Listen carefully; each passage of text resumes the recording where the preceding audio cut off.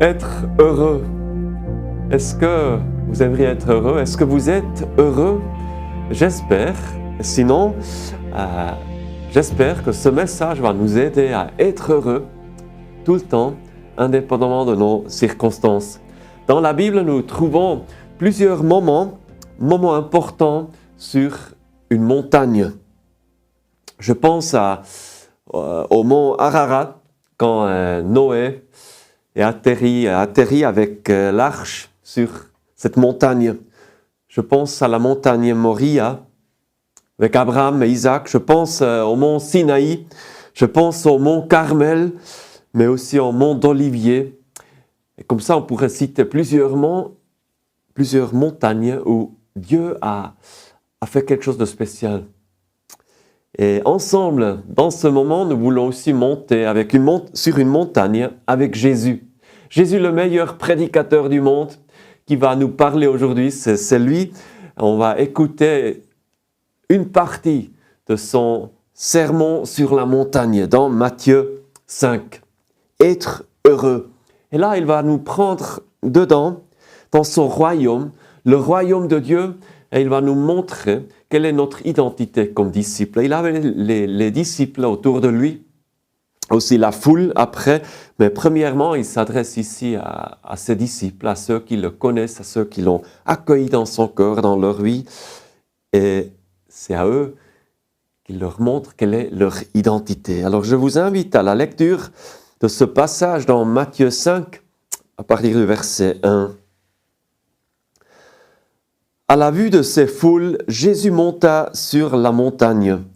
Il s'assit et ses disciples s'approchèrent de lui. Puis il prit la parole pour les enseigner. Il dit, « Heureux ceux qui reconnaissent leur pauvreté spirituelle, car le royaume des cieux leur appartient. Heureux ceux qui pleurent, car ils seront consolés. Heureux ceux qui sont doux, car ils hériteront la terre. Heureux ceux qui ont faim et soif de la justice, car ils seront rassasiés.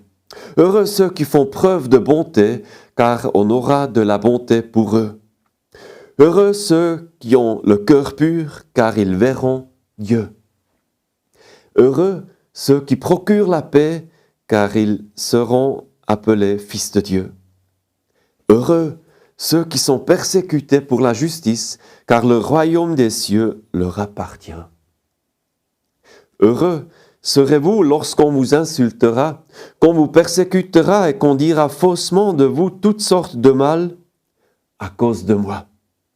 Réjouissez-vous et soyez dans l'allégresse parce que votre récompense sera grande au ciel. En effet, c'est ainsi qu'on a persécuté les prophètes qui vous ont précédés. Je ne pense pas que vous avez compté combien de fois j'ai lu « heureux ». Mais je vous dis, le résultat, c'est 9 fois. Alors Jésus nous donne 9 raisons pour lesquelles nous pouvons être heureux. 9 fois. Makarios, c'est le mot grec derrière heureux. Alors ce n'est pas seulement un sentiment, c'est vraiment une joie profonde. On est bien heureux, on est vraiment content. On pourrait aussi dire, on est béni, on est heureux. Et tout cela, ce principe, cette identité, ce n'est pas seulement la musique de l'avenir, pour plus tard, un jour, au ciel, mais c'est maintenant. C'est maintenant qu'on peut être heureux. C'est une réalité pour aujourd'hui. Et souvent, on comprend les béatitudes comme « je dois faire quelque chose pour obtenir quelque chose ». Je dois être pauvre pour avoir le royaume de Dieu. Je dois pleurer pour être consolé, par exemple. Alors, dans certains sens, c'est vrai, ça va dans cette direction, mais on peut aussi comprendre les béatitudes dans l'autre sens. Parce que je vais recevoir quelque chose, je peux être heureux. Parce que je vais être consolé, je peux déjà être heureux maintenant. Vous comprenez, ça va dans les deux sens et on va parcourir ces béatitudes ensemble, un après l'autre. Vous voyez déjà le premier qui est indiqué sur l'écran. Heureux ceux qui reconnaissent leur pauvreté spirituelle, car le royaume des cieux leur appartient. Alors, les valeurs du monde, c'est plutôt la fierté, l'indépendance, et là, je peux être heureux. Mais Jésus, il nous dit le contraire. Il dit, celui qui est dépendant, 100% dépendant, pas de n'importe qui, mais de Dieu, il peut être heureux. Heureux ceux qui savent qu'ils sont pauvres spirituellement. Heureux ceux qui savent, sans Dieu, je suis rien. Sans Dieu, j'ai rien. Sans Dieu, je peux rien faire qui a vraiment un impact à long terme pour le royaume de Dieu. Heureux ceux qui le savent, heureux ceux qui reconnaissent leur pauvreté sans Dieu.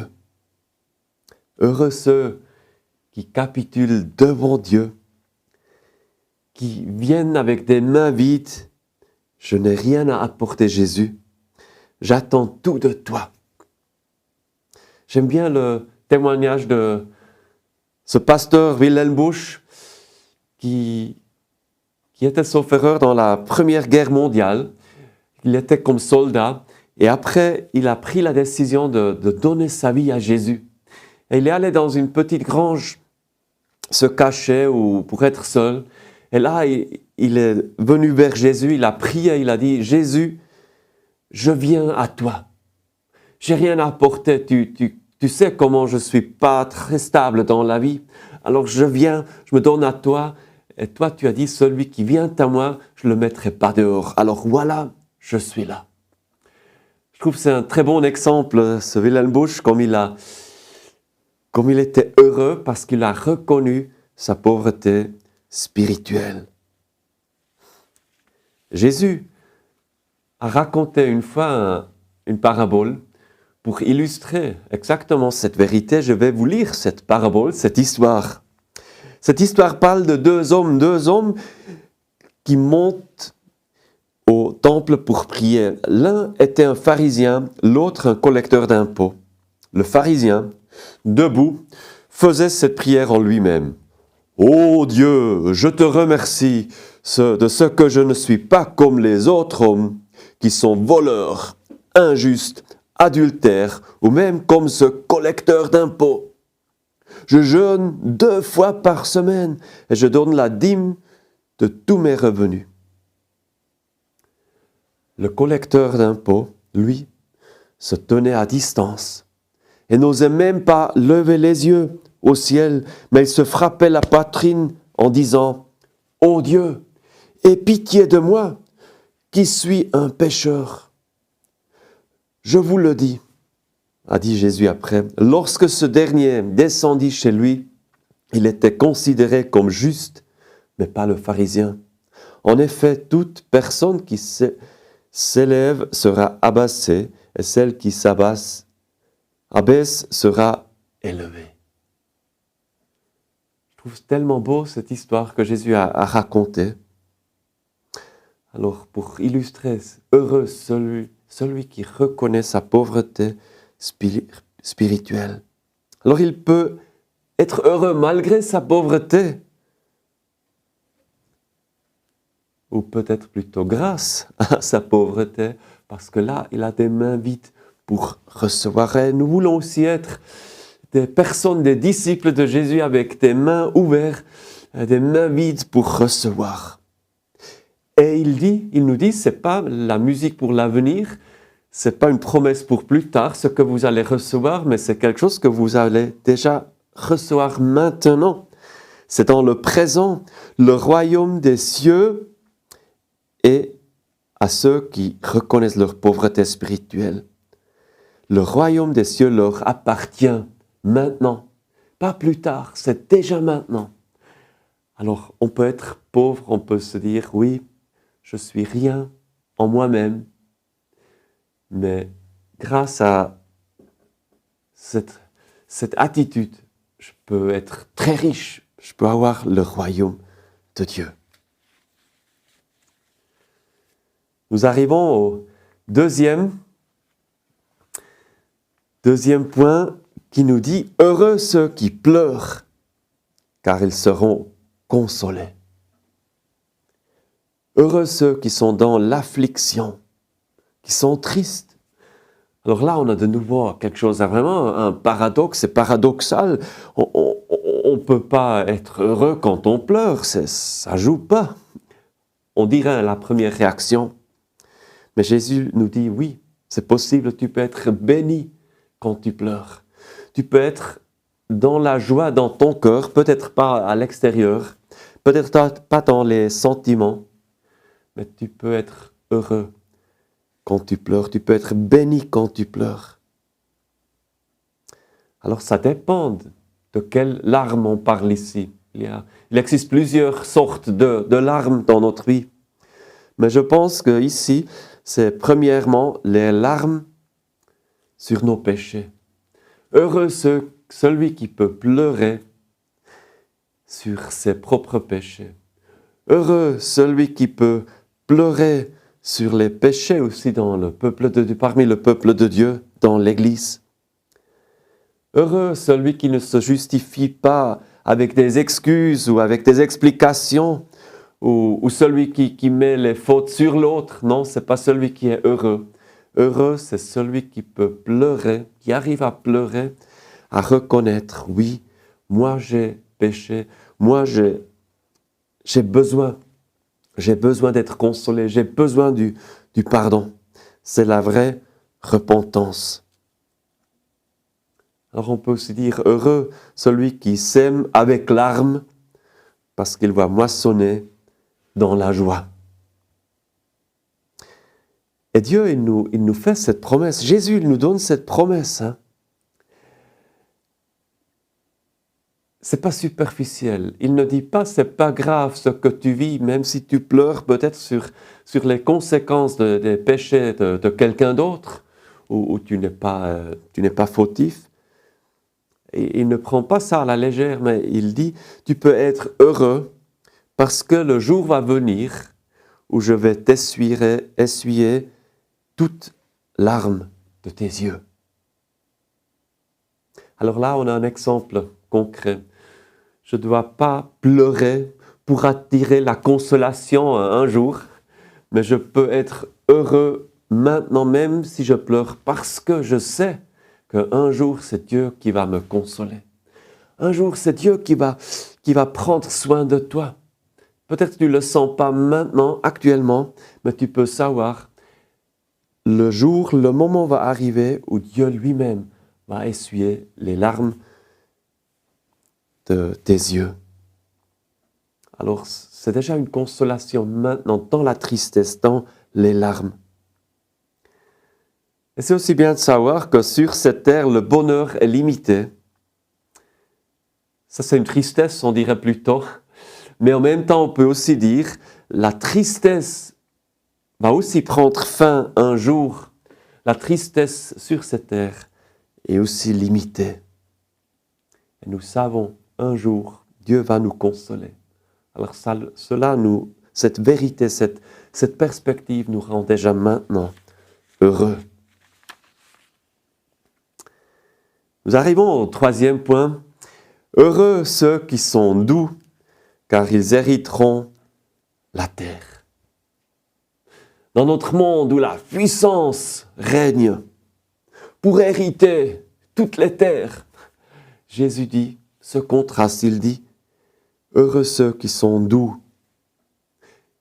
Il ne dit pas heureux ceux qui sont faibles ou ceux qui se taient toujours. Non, il dit ceux qui sont doux. Et Jésus lui-même, il était doux et humble de cœur. Alors ce n'est pas une faiblesse ou se nier ou se mettre par terre comme ça, mais c'est une force. Être doux, c'est de savoir gérer ses compétences, c'est de savoir maîtriser sa force et d'utiliser sa force au bon endroit, au bon moment, avec la bonne attitude. Et à des personnes comme ça, on donne volontiers la terre. On confie volontiers des vignes pour prendre soin de ces vignes en Israël à des personnes douces, ceux qui savent maîtriser leur force. ceux qui n'explosent pas aux plus petites choses.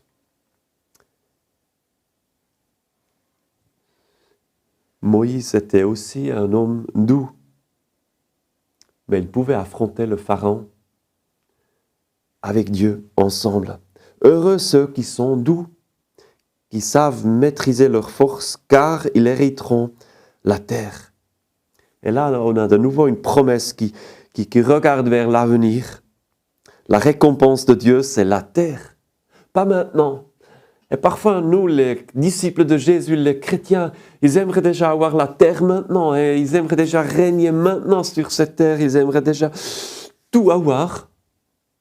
Non, c'est pas ce que Jésus nous dit. Il nous montre, il nous dit, il dirige nos regards vers l'avenir. Un jour, oui, vous allez hériter la terre. Alors tu peux être heureux maintenant, tu peux rester tranquille, tu peux rester cool, hein? Dans ce monde où tellement d'hommes au pouvoir, ils aimeraient hériter la terre avec pouvoir, avec force, avec violence. Ils aimeraient gagner la terre. Mais Jésus dit non, reste doux et sois heureux, tranquille. Un jour, tu vas hériter tout cela. Et ça va aussi dans mes biens, dans tes biens. Peut-être tu possèdes même des terrains, peut-être tu es dans une histoire d'héritage. Alors, avec les mots de Jésus, je t'appelle aussi d'être doux et de rester heureux en sachant un jour, nous allons hériter la terre. Ça va se régler, tôt ou tard. Nous arrivons à un quatrième paradoxe, on peut dire. Heureux ceux qui ont faim et soif de la justice, car ils seront rassasiés. Heureux ceux qui ont faim et soif. Moi, je peux dire que j'ai jamais vraiment eu faim et soif. J'étais jamais dans le désert avec la bouteille vide. J'ai jamais vécu ça. Oui, parfois j'ai une petite soif, petite faim, mais j'ai jamais eu réellement, vraiment soif et faim, presque pour mourir. Mais ceux qui ont vécu cela, ils arrivent mieux à comprendre qu'est-ce que ça veut dire, avoir faim et soif. Et Jésus nous dit ici, heureux ceux qui ont faim et soif de la justice. Ou une autre traduction, parole vivante, il dit ceux qui aspirent de toute leur force à vivre comme Dieu le demande. Alors parfois on dit oui, j'ai faim et soif pour la justice dans ce monde, la justice sociale. J'ai faim et soif que l'autre soit enfin juste vis-à-vis de moi, correct vis-à-vis de moi. Là j'ai faim et soif. Mais je pense que c'est avant tout notre propre justice. Et déjà notre propre position devant Dieu, notre justice devant Dieu. Et grâce à Jésus, nous sommes justifiés. Alors, heureux ceux qui ont faim et soif de la justice, d'être justes devant Dieu. Et là, on peut aussi être dans le présent. Tu le reçois déjà maintenant. Grâce à Jésus, tu peux être juste devant Dieu.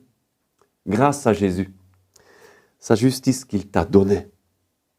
Et cette justice, ce fondement, cette position, cette identité, c'est le fondement. Et sur ce fondement, cette justice entre après dans notre marche, dans notre attitude, dans nos actes, dans nos paroles, dans nos pensées. Alors, heureux ceux qui ont faim et soif d'agir correctement, d'agir selon la volonté de Dieu. Heureux ceux qui ont faim et soif de le mettre en pratique déjà personnellement, soi-même, vis-à-vis les autres. Après, c'est pas faux d'avoir faim et soif pour la justice dans notre église, dans notre famille, dans notre entourage, dans notre village. C'est bien de se battre pour la justice, tout en sachant la justice complète dans notre société, dans notre monde. C'est pas nous qui allons arriver à construire cela. C'est Jésus de nouveau qui va apporter cette justice. Cette promesse qu'on trouve dans 2 Pierre 3, nous attendons, conformément à sa promesse, un nouveau ciel et une nouvelle terre où la justice habitera. Là, on va être rassasié de cette justice, dans ce nouveau ciel, une nouvelle terre où la justice va habiter en nous, autour de nous, parmi nous. Là, il n'y aura plus de cris, plus de péché, plus rien d'autre. Maintenant, on a eu le premier groupe de 4 points. Et il nous reste encore une fois 4 points. Et on va remarquer qu'il y a des parallèles, c'est comme un parallélisme. Ça se répète maintenant. Alors le point 5, la 5e béatitude, ça ressemble à la première et de suite. Au début, ce n'est pas encore très, très clair, mais après, ça vient de plus en plus clair. Heureux ceux qui font preuve de bonté, car on aura de la bonté pour eux. La bonté. On aime bien recevoir la bonté. Et parfois, on aime moins de donner la bonté plus loin. Mais cette béatitude va dans les 2 sens. Et la Bible, le contexte de la Bible nous le montre clairement. Je suis appelé, Jésus nous appelle à donner la bonté, à pardonner aux autres. Sinon, il va non plus nous pardonner en retour. Alors, je dois pardonner pour recevoir aussi le pardon moi-même. Et nous trouvons aussi dans l'autre sens dans la Bible que Jésus nous montre que parce que Dieu nous pardonne, nous sommes capables de pardonner aussi de notre côté. Ça va dans les 2 sens. Nous devons pardonner pour être pardonnés. Nous devons faire preuve de bonté pour recevoir la bonté en retour. Et parce que nous recevons la bonté déjà, nous avons reçu la bonté de Dieu, nous pouvons transmettre la bonté plus loin. Jésus ne nous demande nulle part de pardonner plus que lui, il nous a pardonné. Il ne demande jamais d'aller plus loin dans notre bonté vis-à-vis des autres que lui-même est allé avec sa bonté vis-à-vis de moi. Et parfois nous oublions et nous avons l'impression, oui, c'est moi qui dois tellement pardonner. Et on oublie que Jésus nous a pardonné infiniment plus. Et c'est aussi la force, la motivation pour être heureux quand on doit faire preuve de bonté.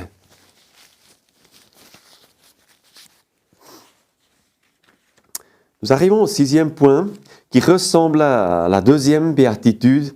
Heureux ceux qui ont le cœur pur, car ils verront Dieu.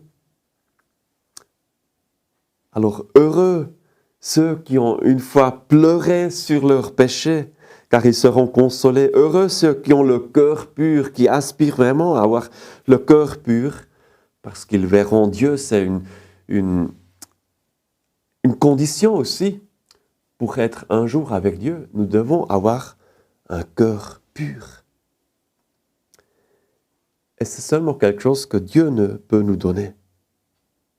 Comme Tite l'a écrit, Tite 2, 11, « En effet, la grâce de Dieu, source de salut pour tous les hommes, a été révélée. Elle nous enseigne à renoncer à un mode de vie impie et aux convoitises de ce monde et à vivre dans le temps présent, conformément à la sagesse, la justice et la piété, en attendant notre bienheureuse espérance, la manifestation de la gloire de notre grand Dieu et Sauveur Jésus-Christ. » Alors cette grâce qui nous rend purs, elle nous enseigne à renoncer à un mode de vie impie. Elle nous enseigne à renoncer aux convoitises de ce monde, avoir des pensées pures, avoir des souhaits purs, des sentiments purs. C'est vraiment notre orientation dans la marche, là où on est en route, d'avoir le cœur pur. J'ai faim et soif d'avoir le cœur pur. Parce que nous attendons notre bienheureuse espérance, la manifestation de la gloire de notre grand Dieu et Sauveur Jésus-Christ. Nous allons voir Dieu. Et ceux qui ont un cœur pur déjà maintenant, ils voient Dieu partout. S'il n'y a pas la saleté qui cache Dieu dans notre cœur, on voit Dieu, on a les yeux dans notre cœur ouverts pour voir Dieu déjà maintenant. Celui qui a le cœur pur, il voit Dieu dans la Bible, partout. Il voit Dieu dans la nature, parce qu'il n'a pas la saleté, il a son cœur pur, le contact est là, le dialogue. Et il voit même Dieu dans les difficultés, parce qu'il a le cœur pur. Il n'y a rien qui cache cette vue pour voir Dieu, même dans les difficultés, dans les tempêtes.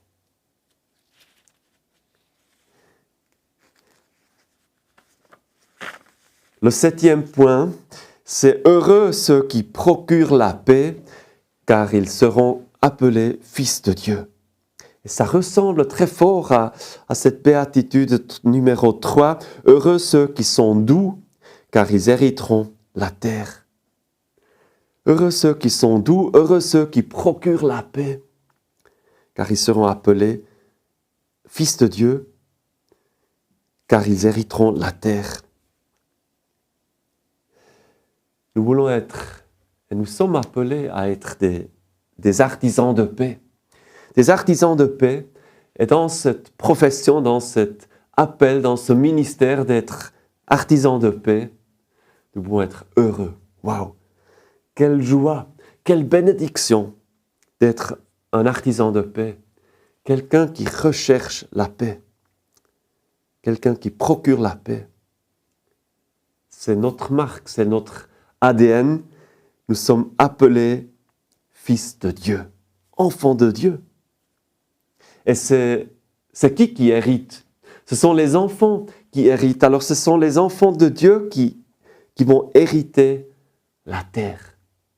Et dans cette attitude, nous pouvons déjà maintenant procurer la paix, être des artisans de paix avec shalom. Hein. Shalom, c'est pas seulement de ne pas faire la guerre, ça va beaucoup plus loin. C'est pas seulement je ne te parle plus, je ne te dérange plus, je fais plus la guerre avec toi, alors on est en paix. Non, shalom, c'est je viens, je veux te bénir, je cherche le bien pour toi. Heureux ceux qui procurent la paix, car ils seront appelés fils de Dieu. C'est notre identité comme disciples de Jésus dans le royaume de Dieu. Fils de Dieu, enfants de Dieu, qui ont ce ministère, cet appel de procurer la paix. Et nous arrivons à la 8e béatitude. Heureux ceux qui sont persécutés pour la justice, car le royaume des cieux leur appartient. Alors je pense qu'on n'aurait pas choisi ce point à la fin, comme Jésus l'a fait, mais il l'a fait. Et il nous encourage là-dedans. Heureux ceux qui sont persécutés pour la justice, et ça ressemble à la béatitude numéro 4, heureux ceux qui ont faim et soif de la justice. Alors ceux qui ont faim et soif de la justice, ceux qui se battent pour la justice, ce sont aussi ceux qui sont persécutés pour la justice. Mais nous pouvons être heureux maintenant. Pas seulement un jour, mais maintenant, car le royaume des cieux leur appartient.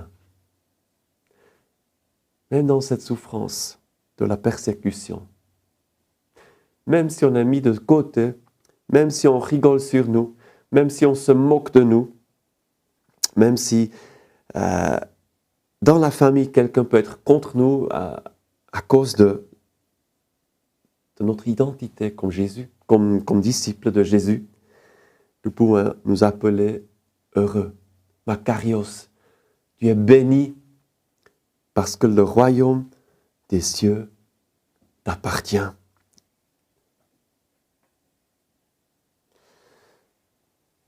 Et c'est maintenant, c'est écrit dans le présent. C'est pas pour un jour, c'est pour maintenant. Le royaume de Dieu nous appartient déjà maintenant.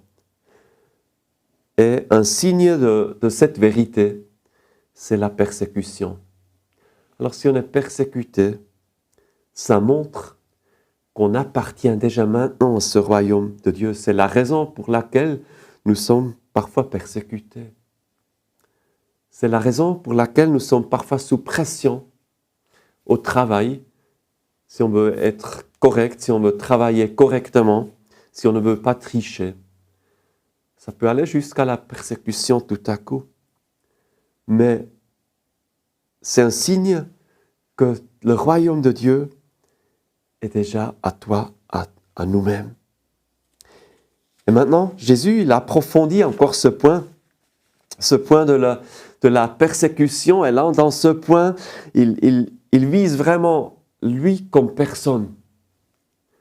Au verset 11, nous avons lu « Heureux serez-vous lorsqu'on vous insultera, qu'on vous persécutera et qu'on dira faussement de vous toutes sortes de mal à cause de moi. Réjouissez-vous et soyez dans l'allégresse, parce que votre récompense sera grande au ciel. En effet, c'est ainsi qu'on a persécuté les prophètes qui vous ont précédés. » Et là, il prend encore une fois ce sujet de la persécution. Il développe cela encore une fois. Heureux serez-vous lorsqu'on vous insultera, qu'on vous persécutera, qu'on dira faussement de vous toutes sortes de mal. Hein? Mais seulement si c'est à cause de moi, à cause de Jésus. Parfois, on se moque de nous parce qu'on on se comporte un peu bizarrement. Ça arrive. Hein? Si les chrétiens, parfois, on ne doit pas être étonné si on se moque de nous. Mais grâce à nous, si on se moque de nous à cause de Jésus, pas à cause de nos règles parfois un peu bizarres, pas à cause de nos comportements parfois un peu bizarres, pas assez réfléchis, mais heureux si on se moque de nous, heureux nous si on nous persécute à cause de Jésus. Si c'est à cause de son nom, nous pouvons nous appeler être heureux et bénis en lui. Pourquoi ? Parce que le royaume de Dieu nous appartient déjà maintenant. Nous sommes riches, infiniment riches. Nous avons tout ce dont nous avons réellement besoin. Et nous allons aussi recevoir tout à la fin avec le nouveau ciel, nouvelle terre. Je vous pose la question, quelle est la béatitude que vous voulez spécialement prendre avec vous? Je vous invite à relire encore une fois pour vous ce passage, ce texte, et de choisir peut-être une ou deux béatitudes que vous voulez vraiment peut-être noter encore sur un bout de papier pour prendre dans votre poche avec vous durant la semaine prochaine, durant les prochains jours, pour vous rappeler de cette richesse, de cette identité, d'être heureux grâce à Jésus. Je vous invite encore à prier avec moi. Oui, merci Jésus, que tu nous as pris avec toi sur la montagne pour nous donner ce message des béatitudes. C'est notre identité en toi, notre identité dans le royaume de Dieu, notre identité comme disciples. Nous sommes heureux, pas toujours joyeux, pas toujours... nous rigolons pas toujours, mais tu nous donnes la capacité, la richesse pour être heureux dans notre cœur profondément. Et nous te remercions pour cela, Seigneur.